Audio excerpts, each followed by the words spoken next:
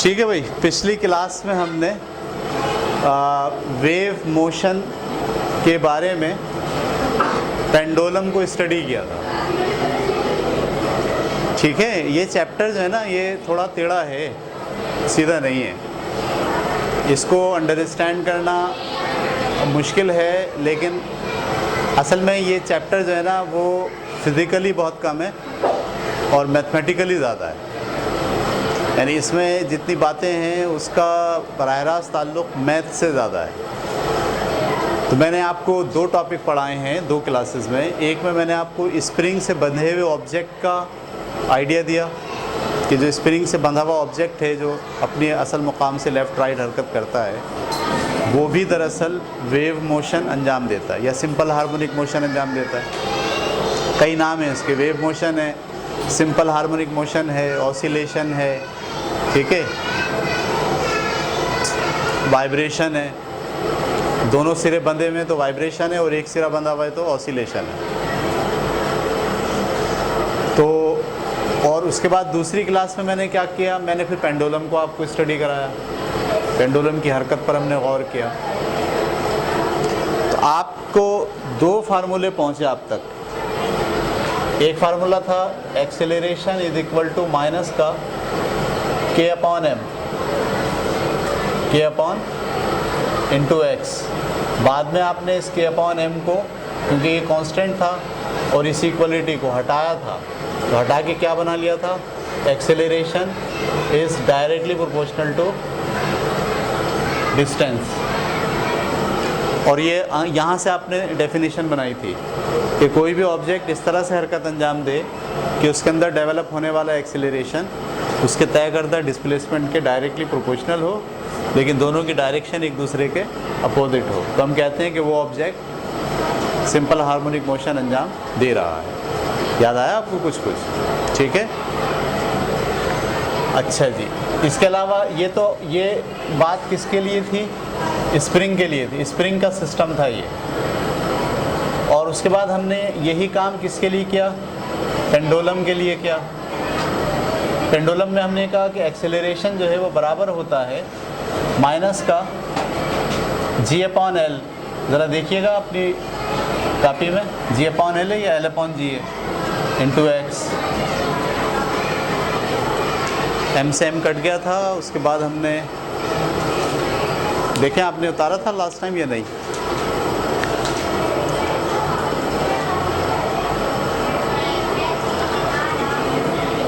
मैं भी देख लेता हूँ, मेरे पास जो है वो किताब है। किताब आ गई है आपके पास? हाँ, फिर इस किताब में होगा ना यहाँ पे।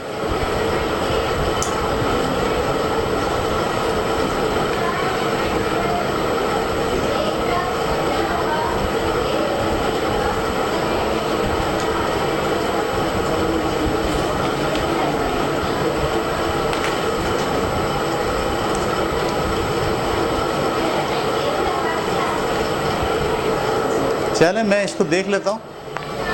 मेरा ख्याल ही यही था, g अपॉन एल। ठीक है, l अपॉन जी मिल गया आपको? नहीं, वो टाइम पीरियड में है।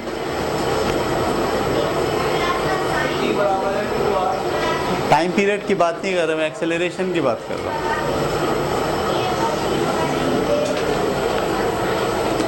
चलें, अभी हम फिलहाल अज्यूम कर ले रहे हैं कि यही है। और ये भी आपके पास क्या था, कांस्टेंट था। तो कांस्टेंट को, इक्वलिटी को आपने हटाया था, तो इसमें भी आपके पास ये वाली सिचुएशन क्रिएट हो गई थी कि acceleration is directly proportional to minus का एक्स। ये वाला पूरा सिस्टम किसके लिए था, पेंडुलम के लिए था। ठीक है, बात को अपने जहन में इस तरह से बिठाइए कि सर ये जो बात कह रहे हैं ये किसके लिए कह रहे हैं, स्प्रिंग के सिस्टम के लिए कह रहे हैं। ये वाली बात कह रहे हैं किसके लिए कह रहे हैं, पेंडुलम के लिए कह रहे हैं। इसमें कांस्टेंट क्या निकला था, k अपॉन m, और इसमें कांस्टेंट क्या निकल गया, g upon L. g change नहीं होता पूरी हरकत के दौरान और l भी चेंज नहीं होता जो उसकी लेंथ है। तो जब ये भी कांस्टेंट है ये भी कांस्टेंट है, तो इस कांस्टेंट का जो हासिल तक़सीम होगा वो भी क्या होगा, एक कांस्टेंट होगा। ठीक है, नतीजा क्या निकाल रहा हूँ मैं उन दोनों क्लासेस का आज, वो ये है कि जब भी कोई जिस्म ऐसे हरकत करे कि उसका एक्सेलरेशन उसके तय करदा डिस्प्लेसमेंट के डायरेक्टली प्रोपोर्शनल हो जाए, लेकिन दोनों की जो सिमत हो वो एक दूसरे के मुखालिफ हो, तो हम कहते हैं कि ये ऑब्जेक्ट सिंपल हार्मोनिक मोशन अंजाम दे रहा है। ये बात क्लियर हो गई आपको? आसान है, मुश्किल है? मुश्किल है, कोशिश करें इसको ध्यान में बिठाने की। अब हम जो बात करने जा रहे हैं वो इससे भी मुश्किल करने जा रहे हैं। सही है? हम अब स्टडी करेंगे एक दायरे की हरकत को। ये ज़रा दोनों फार्मूले उतार लें आप एक जगह पर, ताकि जब मैं आपसे पूछूं तो आप मुझे बता पाएँ।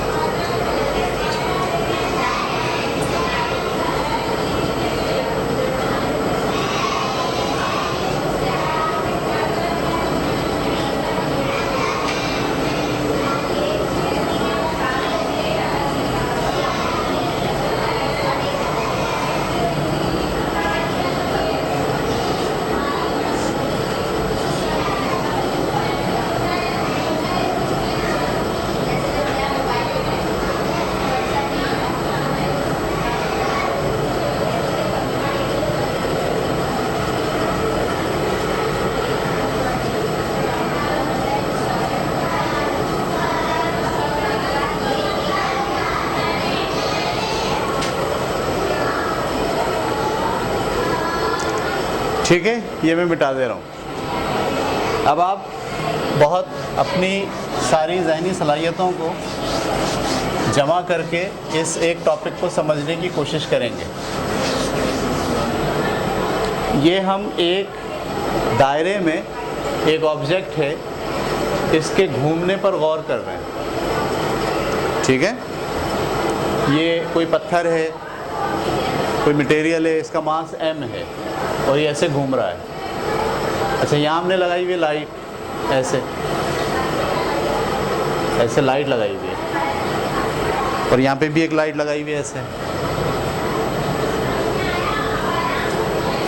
तो जब ये ऑब्जेक्ट यहाँ होता है तो इस लाइट की वजह से इस ऑब्जेक्ट का साया यहाँ बनता है, इसका साया यहाँ बन रहा है।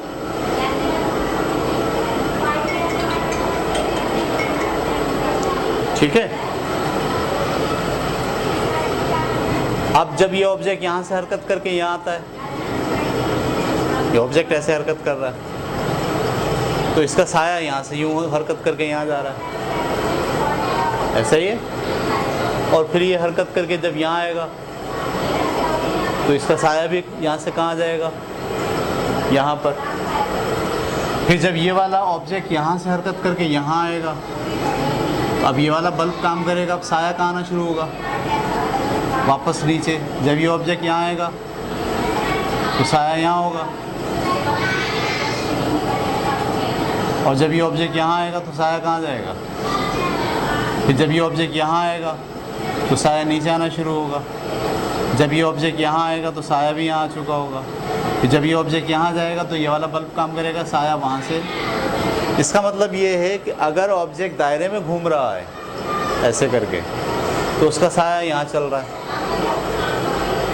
Is it clear? हम इस साए की हरकत पर गौर करेंगे।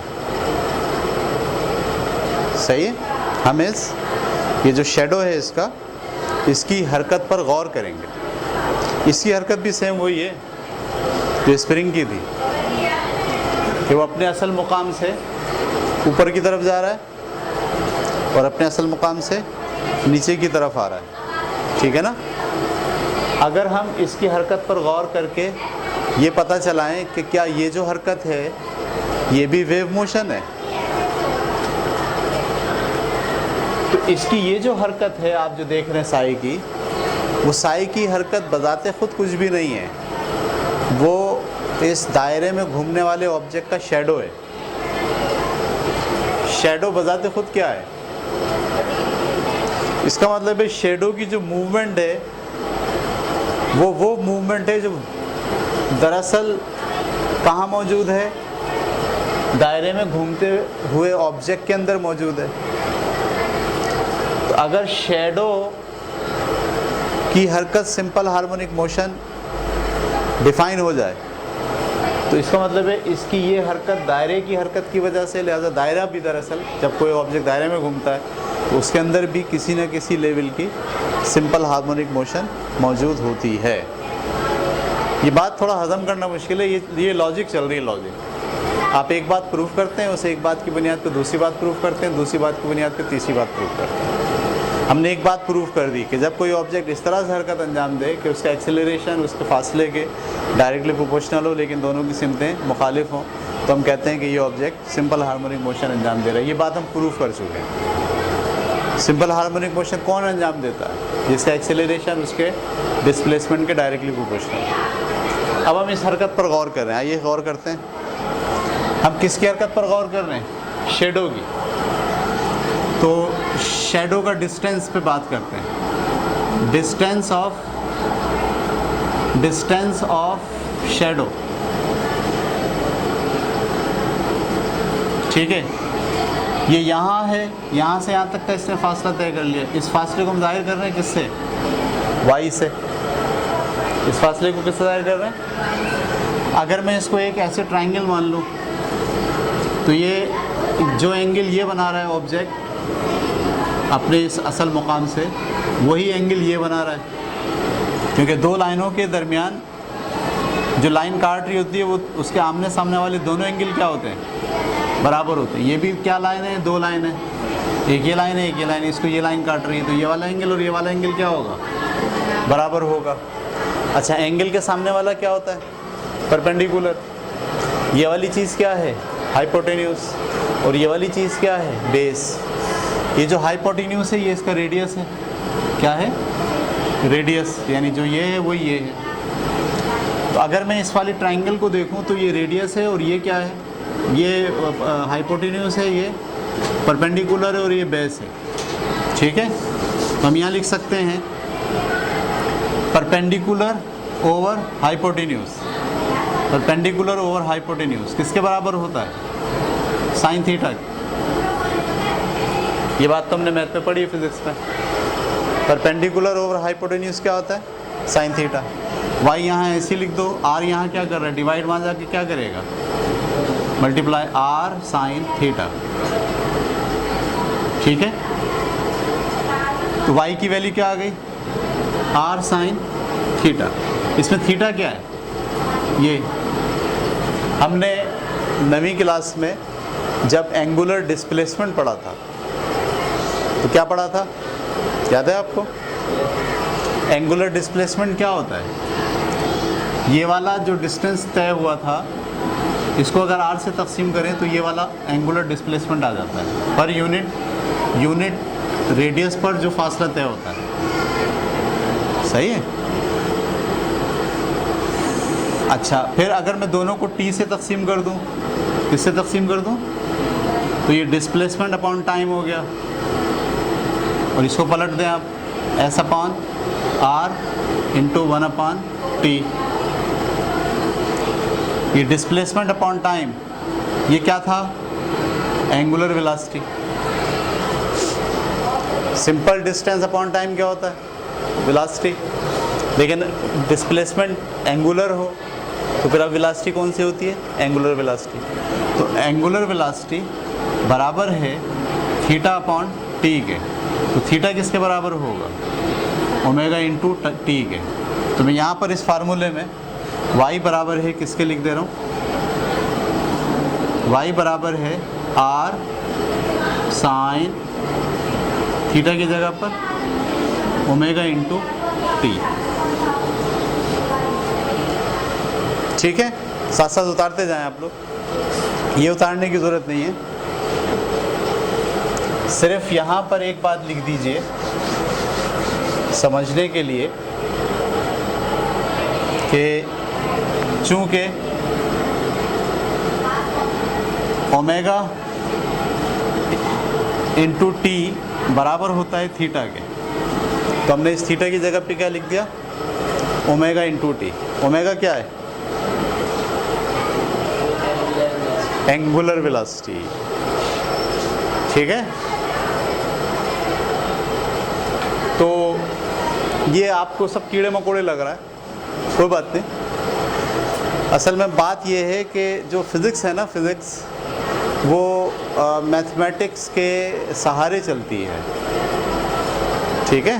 बच्चों का सबसे बड़ा मसला ये होता है कि वो मैथ को एक अलग सब्जेक्ट समझते हैं और फिज़िक्स को एक अलग सब्जेक्ट समझते हैं। नहीं, फिज़िक्स दरअसल चलती है किसके सहारे, मैथ के सहारे। तो हमने यहाँ मैथ इस्तेमाल किया है और बोला ये जो शेडो फासला तय कर रहा है, शेडो का तय करता फासला मरकज़ से यहाँ तक का किसके बराबर है, वाई के। तो ये वाई किसके बराबर हो गया, आर इंटू साइन थीटा के। समझ में आ गई बात आपको। और ये फासला कभी बढ़ेगा कभी कम होगा। 90 डिग्री अगर चला जाए ये वाला एंगल, यानी ये बिल्कुल ऐसे खड़ा हो जाए, तो वाई सबसे ज़्यादा होगा।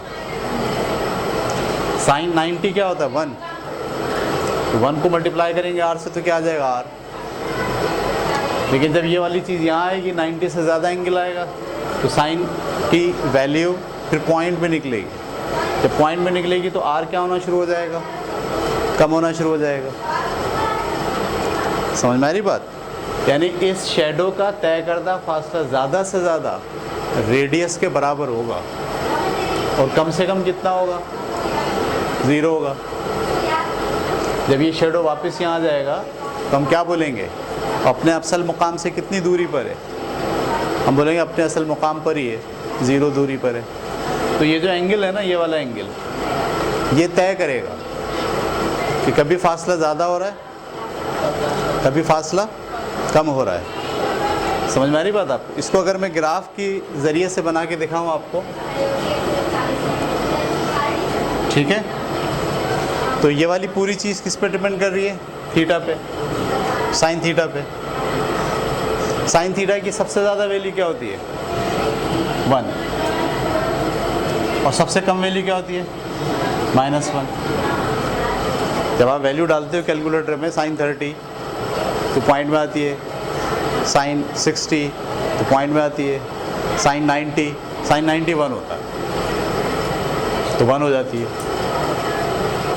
फिर आप डालते हो साइन 120, तो अब वैल्यू जो है वो बढ़ती नहीं है 1 से, कम होना शुरू होती है। तो यहाँ से अगर आप ऐसे चलें, मैं यहाँ पे थीटा ले लूँ, ये मैंने थीटा ले लिया 30, ये थीटा ले लिया 60, तो ये थीटा ले लिया 90, तो क्या होगा, ये डिस्टेंस है। सही है। अगर आप कैलकुलेटर लेके बैठे हैं तो आपको ये बात बड़े अच्छे तरीके से, साइन 30 की वैल्यू क्या होती है, 1 से कम होती है। तो आप कहाँ जाओगे, यहाँ तक जाओगे फ़र्ज़ करें। साइन 60 की वैल्यू क्या होती है, थोड़ी ज़्यादा होती है। और साइन 90 की वैल्यू क्या होती है, 1 होती है। इसका मतलब है कि आपका ये ग्राफ यूँ बना, फिर 90 के बाद अगली वैल्यू मैंने क्या ली, 120, 30 का फ़र्क ले रहा हूँ। 120 के बाद 150, 150 के बाद 180। साइन 120 की वैल्यू वही होती है जो किसकी वैल्यू होती है, साइन 60 की होती है। साइन 150 की वैल्यू वही होती है जो किसकी होती है, साइन 30 की होती है। और साइन 180 की वैल्यू 0 होती है। तो इसका मतलब है ये वापस क्या आएगा, नीचे आएगा। इसका मतलब है डिस्टेंस बढ़ता है, ये बढ़ रहा है, बढ़ रहा है, बढ़ रहा है, बढ़ रहा है। जब एंगल 90 पे पहुंचता है तो सबसे ज़्यादा हो जाता है डिस्टेंस, वो किसके बराबर है, 1 के। और जब ये वाला ऑब्जेक्ट यहाँ आना शुरू होता है, जब एंगल और बढ़ता है, 90 से एंगल कितना हो रहा है, 120 से कहाँ तक जा रहा है, 180 तक। तो जब 90 से 180 तक जा रहा है तो ये जो डिस्टेंस है ये क्या आना शुरू हुआ, कम होना शुरू हुआ। ये बात समझ आ रही है आपको। अच्छा, और 180 के बाद जब यहाँ आए 180 से ज़्यादा, मैं फिर इसमें 30 जमा करूँ, क्या जमा कर रहा हूँ, 180 से 30 कितना होता है, 210। 210 से 30 कितना होता है? 240, और 240 से 30 कितना होता है? 270। तो आप हैरान होंगे कि अब वैल्यू आना शुरू हो जाती है माइनस में। पहले ये ऑब्जेक्ट ऊपर जा रहा था, प्लस में वैल्यू थी, अब किस में वैल्यू आएगी? अगर आप कैलकुलेटर से 210 की वैल्यू निकालो तो वही निकलती है जो किसकी निकलती है? 30 की, लेकिन निकलती किस में? माइनस में। यानी अब ये वैल्यू यहाँ आएगी, 210 यहाँ आएगा, 240 यहाँ आएगा, और 270 पीक पर आएगा, इसके बिल्कुल सीधे। समझ में आ रही बात? अब जो ग्राफ बनेगा वो यूँ बनेगा, और जैसे ही 270 के बाद फिर आप 300, फिर 330, और 330 के बाद 360, तो ये वापस कहाँ जाना शुरू हो जाएगा? ये एक वेव बन रही है। सही है? मैं इस पूरे ग्राफ में क्या दिखाना चाह रहा हूँ कि जब कोई ऑब्जेक्ट दायरे में हरकत करता है तो उसका शैडो जो वाई एक्सिस के ऊपर हरकत कर रहा है वो कभी उसका डिस्टेंस ज़्यादा होना शुरू होता है, फिर वो वापसी का सफ़र करता है, वापस आता है और वापस ज़ीरो हो जाता है। देखें, और फिर जब वो ऑब्जेक्ट घूमकर 180 से ज़्यादा आता है तो अब जो सफ़र शुरू होता है शैडो का, वो कहाँ शुरू होता है? माइनस में। उसकी वैल्यू माइनस होती है। अपने असल मुकाम से यहाँ जा रहा है, ये प्लस है, अपने असल मुकाम से यहाँ आ रहा है, ये माइनस है। वो यहाँ शुरू होती है वैल्यू, और फिर जब ये वापस घूम के वापस आता है तो ये अपना एक चक्कर मुकम्मल करता है, और ये शैडो भी अपना ज़्यादा फासले से कम फासले फिर माइनस की तरफ जाके फिर वापस अपना सफ़र पूरा कर लेता है। ये बात क्लियर हो गई आपको? इसको उतार लें, इस ग्राफ को उतारें, 30, 60, 90, 120, फिर 50, इसको ऑफ कर दें। ठीक है, नतीजा क्या निकाला हमने? हमने नतीजा ये निकाला कि जब कोई ऑब्जेक्ट दायरे में घूमता है उसका शैडो भी अपने असल मुकाम से दूर जाता है, ज़्यादा से ज़्यादा दूर तक पहुंचता है, फिर वापस आता है और वापस अपने असल मुकाम पर आ जाता है, फिर अपने असल मुकाम से माइनस वाली डायरेक्शन में जाता है, ज़्यादा से ज़्यादा दूरी तक जाता है, और फिर वापस अपने असल मुकाम पर आ जाता है। सही, ऑब्जेक्ट दायरे में घूम रहा है, उसका शैडो जो है वो वाई एक्सिस पर घूम रहा है। ये बात क्लियर हो गई? अच्छा, अब हम शैडो की वेलोसिटी पर गौर करेंगे। किस पर गौर करेंगे? शैडो की वेलोसिटी।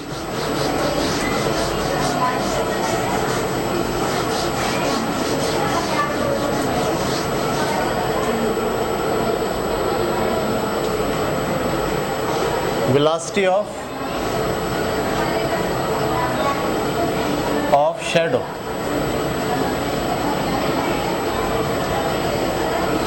ठीक है, अब ज़रा गौर कीजिएगा, ये एक ही स्पीड से घूम रहा है, ना इसकी स्पीड बढ़ रही है ना कम हो रही है, एक ही स्पीड से घूमे जा रहा है। लेकिन क्या ये एक ही स्पीड से घूम रहा है? क्वेश्चन ये बहुत इंपॉर्टेंट। जब ये यहाँ जाता है तो ये यहाँ आता है, क्या एक ही स्पीड से जा रहा है? जी नहीं, आहिस्ता आहिस्ता आहिस्ता आहिस्ता रुक रहा है। तो यहाँ पे वो रुक के इसको वापस आना है, ये नहीं रुक रहा, ये तो सीधा सीधा सीधा सीधा जाया जा रहा है। लेकिन इसका जो शेडो है वो यहाँ से जब निकलता है तो ज़रा स्पीड से निकलता है, लेकिन जैसे जैसे ऊपर जाता है वैसे वैसे वो रुकना शुरू होता है। रुकता क्यों है? उसे वापस आना है ना। अगर एक ही स्पीड से जाएगा तो बाहर निकल जाएगा, ठक करके थोड़ी रुकता है, आहिस्ता आहिस्ता रुकता है, यहाँ जाके रुकता है। फिर जब ये शेडो यहाँ आता है तो ये वापसी का सफ़र इख्तियार करता है, और वापसी का सफ़र जब इख्तियार करता है तो यहाँ रुका था, यहाँ क्या पकड़ता है? स्पीड पकड़ता है, और सबसे ज़्यादा उसकी स्पीड यहाँ होती है। तो हम वेलोसिटी पर गौर करेंगे कि ये जो साया हरकत कर रहा है इसकी वेलोसिटी क्या है। अच्छा, अब इसकी वेलोसिटी ये बजाते खुद तो कोई चीज़ है ही नहीं, ये तो इसकी नुमाइंदगी कर रहा है। इसका मतलब है इसमें जो वेलोसिटी होगी वो इसी की होगी। समझ में आ रही बात आपको? अब इसकी वेलोसिटी जो है ये तो ये थी, ये यहाँ जाना चाह रहा था, और यहाँ पर इसकी वेलोसिटी क्या थी, ये यहाँ जाना चाह रहा था। तो अगर मैं यहाँ पर एक परपेंडिकुलर ड्रा करूँ ऐसे करके, ये वाला एंगल, तो ये इसका क्या हो गया, वाई कंपोनेंट हो गया वेलोसिटी का, और ये कौन सा कंपोनेंट हो गया, एक्स कंपोनेंट हो गया। वेलोसिटी का एक्स कंपोनेंट और वेलोसिटी का वाई कंपोनेंट। ये बात समझ में आई? मैं ये कह रहा हूँ कि ये वाला जो ऑब्जेक्ट है जब ये ऊपर जा रहा है ऐसे करके, तो ये एक ही डायरेक्शन में नहीं जा रहा, दो डायरेक्शन में जा रहा है। इसके अंदर दो वेलोसिटियाँ हैं, एक इसको कहाँ ले जा रही है, ऊपर, और एक इसको कहाँ मोड़ रही है, इस तरफ। समझ में आई बात? इस शैडो में जो वेलोसिटी है वो वेलोसिटी एक डायरेक्शन में नहीं है। ये हमने लास्ट टाइम जब हम दायरे की हरकत पर गौर कर रहे थे तो हमने बड़ी डिटेल में पढ़ा था। जब ये ऊपर जाता है तो आपका क्या ख्याल है, ये ऊपर ही चला जाता है क्या? ऊपर नहीं जाता, ये दोनों तरफ जा रहा है, ऊपर भी जा रहा है और इधर भी मुड़ रहा है। इसका मतलब है इसमें कितनी वेलोसिटी हैं, दो। कौन कौन सी? एक वो जो इसको ऊपर लेके जा रही है वो Vx है, और एक वो जो इसको इस तरफ लेके जा रही है वो Vy है। ये बात क्लियर हो गई? इसका जो साया है क्या वो इधर जा रहा है, वो कहाँ जा रहा है, ऊपर ही जा रहा है। इसका क्या मतलब है? इसका मतलब है साए की वेलोसिटी में ये नहीं है। अगर ये होता तो क्या होता, साया भी इधर जाता। इसका मतलब है साए की वेलोसिटी दरअसल इस ऑब्जेक्ट की वेलोसिटी का एक्स कंपोनेंट है। तो मैं यहाँ लिख रहा हूँ वेलोसिटी ऑफ शैडो, शैडो की जो वेलोसिटी है वो बराबर है किसके, इस ऑब्जेक्ट की वेलोसिटी के एक्स कंपोनेंट की। ये बात किस किस की समझ में आई और किसको समझ में नहीं आई? जब मैं ऑब्जेक्ट को देखता हूँ तो मुझे साफ दिख रहा है इसमें दो वेलोसिटीज़ हैं, एक कौन सी जो उसको ऊपर लेके जा रही है और एक कौन सी जो उसको इधर मोड़ रही है। लेकिन जब मैं इसी के साथ मिला के शेडो को देखता हूँ तो शेडो तो इधर नहीं मुड़ रहा, वो तो ऊपर ही जा रहा है। इसका मतलब है शेडो में जो वेलोसिटी है वो उस ऑब्जेक्ट की वेलोसिटी का कौन सा कंपोनेंट है, जो उसको ऊपर ही लेके जा रहा है। वाई कंपोनेंट उसमें नहीं है। क्लियर होगी बात आपको? तो मैंने यहाँ से लिखा V ऐसी, और ये दरअसल वेलोसिटी का जो एक्स कंपोनेंट होता है आप जानते हैं वो कहलाता है कॉस कंपोनेंट। क्या कहलाता है? Cos component. V का कॉस थीटा, VS मैंने ऐसे लिखा, V ऐसे लिखा। कॉस थीटा किसके बराबर होता है, √1 माइनस साइन स्क्वायर थीटा। ये पढ़ा आप लोगों ने? कहीं पढ़ा है ये या नहीं पढ़ा? पढ़ा है? बड़ा आसान है ये। Sign square theta plus cos square theta किसके बराबर होता है, 1 के। ये बात पढ़ी है आपने कहीं? नहीं पढ़ी। अच्छा, आपने ये बात पढ़ी है कि हाइपोटेन्यूज का स्क्वायर बराबर होता है परपेंडिकुलर के स्क्वायर प्लस बेस के स्क्वायर। ये बात पढ़ी है कहीं? क्या नाम है इसका? इसका नाम है पाइथागोरस थ्योरम। क्या हाइपोटेन्यूज का स्क्वायर बराबर होता है किसके, perpendicular square.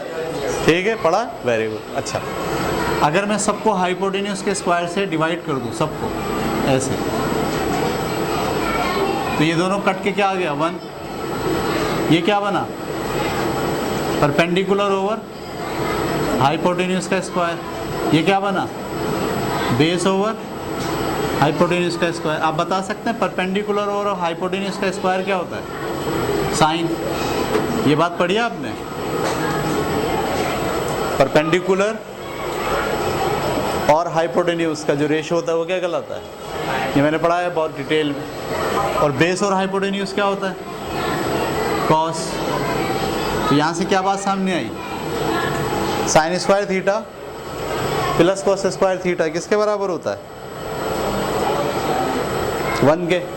Sign square theta plus cos square theta किसके बराबर होता है, इसका साइन यहाँ ले आओ, ये क्या बना 1 माइनस साइन स्क्वायर थीटा, वो कॉस स्क्वायर ऐसे ही रहा।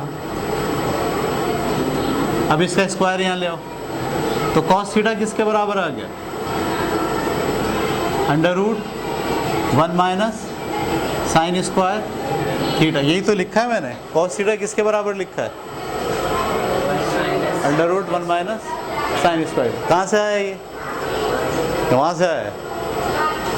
इसमें आपको बुनियादी बात क्या याद होनी चाहिए, पाइथागोरस थ्योरम। पाइथागोरस थ्योरम को जब आप एनालाइज करते हो तो कॉस थीटा किसके बराबर होता है, 1 माइनस साइन स्क्वायर थीटा के। अच्छा जी, ये मैं मिटा दे रहा हूँ, सही, क्योंकि ये बीच में आ गई थी बात, ये मैंने मिटा दी बात। हम किस पर गौर कर रहे हैं, हम किस पर गौर कर रहे हैं, वेलोसिटी ऑफ शैडो। हम गौर कर रहे हैं जो शैडो है इसकी वेलोसिटी क्या है। तो मैथ में हम यहाँ तक पहुँच गए कि वेलोसिटी जो शैडो की है वो दरअसल बराबर है किसके, v into 1 minus under root 1 minus sine square theta. अच्छा, आप बता सकते हैं साइन थीटा किसके बराबर है। अभी हमने जब डिस्टेंस निकाला था तो उसको यहाँ से शुरू किया था y/r के। देखो साइन थीटा किसके बराबर था, y/r के। y क्या था, y इसका जो है वो था परपेंडिकुलर और ये हाइपोटेन्यूज था। तो परपेंडिकुलर ओवर हाइपोटेन्यूज किसके बराबर होता है, लिहाजा मैं ये वाला साइन थीटा की ये वाली वैल्यू उठा के इसमें पुट कर रहा हूँ। Vs बराबर है v इंटू अंडर रूट 1 ऐसे लिखा माइनस ये जो साइन थीटा है इसकी जगह क्या लिखा, y square upon r square. ये जो साइन थीटा है ये किसके बराबर है इस पूरे केस में, y अपॉन r के बराबर। तो साइन को हटा के उसकी जगह क्या लिखा, y अपॉन r। अब इसमें मैथ लगा रहा हूँ सिंपल, इसमें से r स्क्वायर क्या निकल गया, r स्क्वायर कम r स्क्वायर माइनस का y स्क्वायर इंटू ये अंडर रूट में आ गया इंटू v बराबर है किसके, वेलोसिटी ऑफ शैडो। आगे वेलोसिटी ऑफ शैडो बराबर है ये r स्क्वायर है, स्क्वायर रूट से ये r बाहर आ गया v अपॉन r, और अंदर क्या बच गया, under root r square minus का v अपॉन r किसके बराबर होता है, ओमेगा के। वेलोसिटी को, ठीक है, ये ओमेगा आ गया under root r square minus का y स्क्वायर। ये फार्मूला आ गया किसका, शैडो की वेलोसिटी का। ठीक है, बस ज़रा जल्दी से उतार लें फिर आप ऊपर चले जाएं, क्लास आपकी खत्म।